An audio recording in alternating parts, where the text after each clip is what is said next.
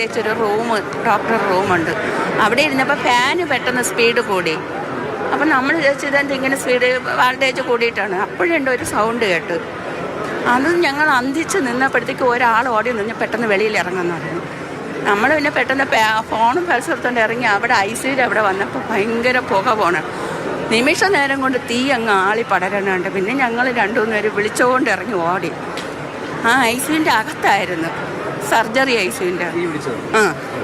അവിടെ നിന്ന് തന്നെ പുക ഇങ്ങനെ ഭയങ്കരമായിട്ട് പുക പോയി. പെട്ടെന്ന് ഒരു തീയും അങ്ങ് ആളിക്കത്തി. രോഗികളൊക്കെ ഉണ്ട്. പക്ഷെ എല്ലാവരും ഈ സകല ആൾക്കാരും കൂടി രക്ഷിച്ച് എല്ലാവരും കൊണ്ടുപോയി. അപ്പോഴത്തേക്ക് ഫയർഫോഴ്സ് വന്ന് ഡോക്ടേഴ്സ് എല്ലാം ഇവിടെയുള്ള ജനങ്ങളെല്ലാം കൂടെ ചേർന്ന് എല്ലാ പേരും സ്റ്റെപ്പ് വഴിയും ലിഫ്റ്റ് വഴിയൊക്കെ ഇറക്കി. എല്ലാവരും വലിയ പിന്തുണയായിരുന്നു. അങ്ങ് വാർഡിൽ കിടന്ന ആൾക്കാർ വരെ വന്ന് ആ തീ കണ്ടപ്പോൾ തന്നെ പകുതി ജീവൻ നമുക്ക് പോയി എന്ന് വെച്ചാൽ അതിൻ്റെ അകത്ത് അത്രയും പേഷ്യൻറ്റുകൾ കിടക്കുകയല്ലേ. നമ്മൾ അതല്ലേ ചിന്തിക്കണത്. എന്നിടയ്ക്ക് ഒരു സിസ്റ്ററിൻ്റെ എന്തോ ബോധമില്ലാതെയൊക്കെ എടുത്തുകൊണ്ട് പോകണുണ്ട്. അപ്പോൾ എനിക്ക് തോന്നണം അതിൻ്റെ അടുത്ത് നിന്നതായിരിക്കും. അങ്ങനെ അത് കണ്ട് പറഞ്ഞു കേട്ടിട്ടേ ഉള്ളൂ ആദ്യമായിട്ട് തീ പിടിച്ചിട്ട് കാണുന്നത് ICUക്കകത്ത്. ഞാൻ അമ്മയെ നോക്കാൻ നിൽക്കുന്നതാണ്. ഇവിടുത്തെ ന്യൂറോ സർജൻ ശർമ്മ സാറിൻ്റെ അമ്മമ്മയാണ്. ഇവിടെ ആയിരുന്നു കിടന്ന്. ഇവിടെ നിന്ന് ഇപ്പോൾ ഇത്തിരി കൂടുതലായതുകൊണ്ട് അങ്ങ് മുകളിലോട്ട് മാറ്റി. പേടിയെന്ന് വെച്ചാൽ തീ നേരിട്ട് കണ്ടതല്ലേ.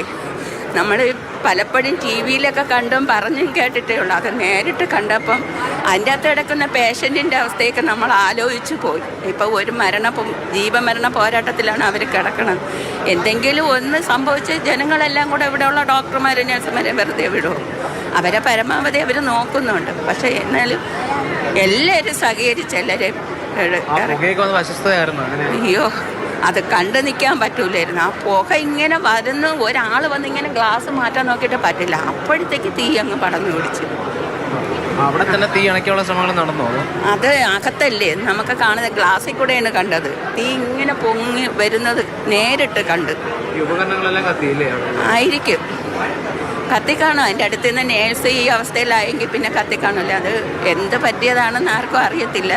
പക്ഷെ എന്നാൽ ജനങ്ങളും ഡോക്ടേഴ്സും നേഴ്സുമാരും സ്റ്റാഫുകളെല്ലാം കൂടെ പേഷ്യൻറ്റിനെയൊക്കെ അപ്പോഴും മാറ്റി സ്റ്റെപ്പ് വഴിയൊക്കെ അവർ കൊണ്ടിറങ്ങിയ പാട് ദൈവം. അമ്മയെ കാണാനുള്ളതല്ലേ, അമ്മയെ കാണണം എന്നുള്ളതാണ്. അത് ഞാൻ ശർമ്മ സാറ് ഉണ്ടായിരുന്നു. ചോദിച്ചപ്പോൾ പറഞ്ഞു മുകളിൽ കുഴപ്പമൊന്നുമില്ല എന്ന് പറഞ്ഞു. അത് ഒരാശ്വാസമായി. പിന്നെ അമ്മയ്ക്കെന്നല്ല മുകളിലോട്ടുള്ള ഒരു പേഷ്യൻറ്റിനും ഒരു കുഴപ്പമില്ല. ഇവിടെ നിന്ന് പേഷ്യൻറ്റുകളെ ഇറക്കിയല്ല. അപ്പോൾ ഒരു സമാധാനമായി.